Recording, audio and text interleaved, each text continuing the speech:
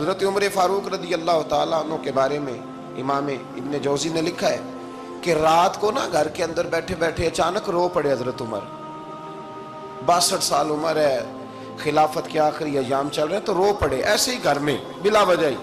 آپ کی اہلیہ نے، زوجہ نے بیٹے کو اٹھایا، فرمایا پتہ کرو تمہارے باپ کو کیا مسئلہ ہے، کہیں کوئی تکلیف تو نہیں، درد تو نہیں، صاحبزادے آئے. ابا جی کیا بات ہے؟ فرمایا اماں کو بلاؤ.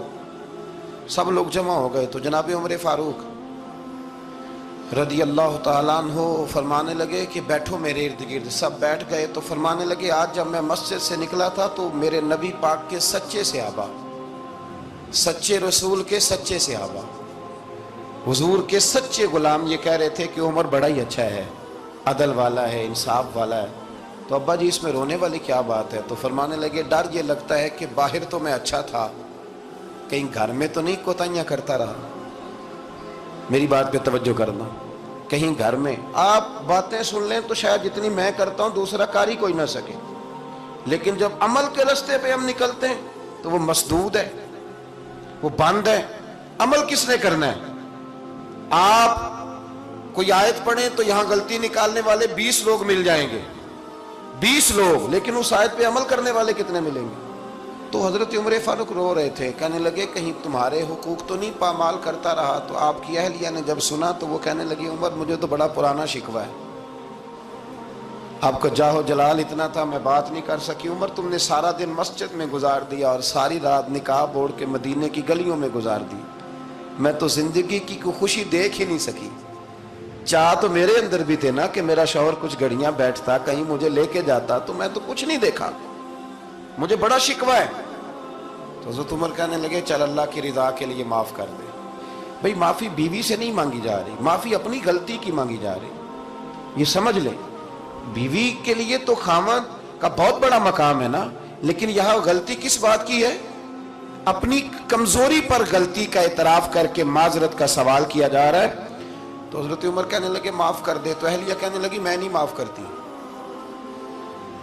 میری شرط پوری کریں. فرمایا وہ کیا؟ فرمانے لگی قیامت میں جب اللہ آپ کے لیے جنت کا حکم دے گا تو آپ میری سفارش کریں گے اللہ کی بارگاہ میں؟ سفارش کریں گے کہ یا اللہ مجھے کپڑے دھو کے دیتی تھی، میری عزت کی حفاظت کرتی تھی، میرے بستر کو پاک رکھتی تھی، کہیں گے؟ تو حضرت عمر فرمانے لگے تیرے ساتھ وعدہ رہا، رب نے اگر عمر کو اپنے فضل، اپنے کرم اور اپنے محبوب کے صدقے جنت دی تو عمر تیرے بغیر جنت میں نہیں جائے گا. عمل کا رستہ، عمل کا رستہ. دیکھیں نا، 2 دفعہ استاد بات کرتا ہے، 2 دفعہ،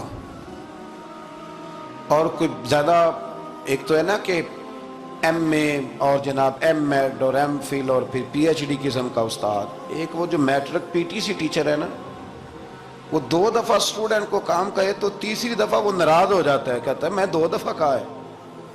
بچے کو آپ 2 دفعہ کہتے ہیں اور اگر تیسری دفعہ کہنا پڑے تو غصہ آتا ہے نہیں آتا؟ بھئی تو نے اتنی دفعہ کہا تو سمجھ نہیں رہا بات کو.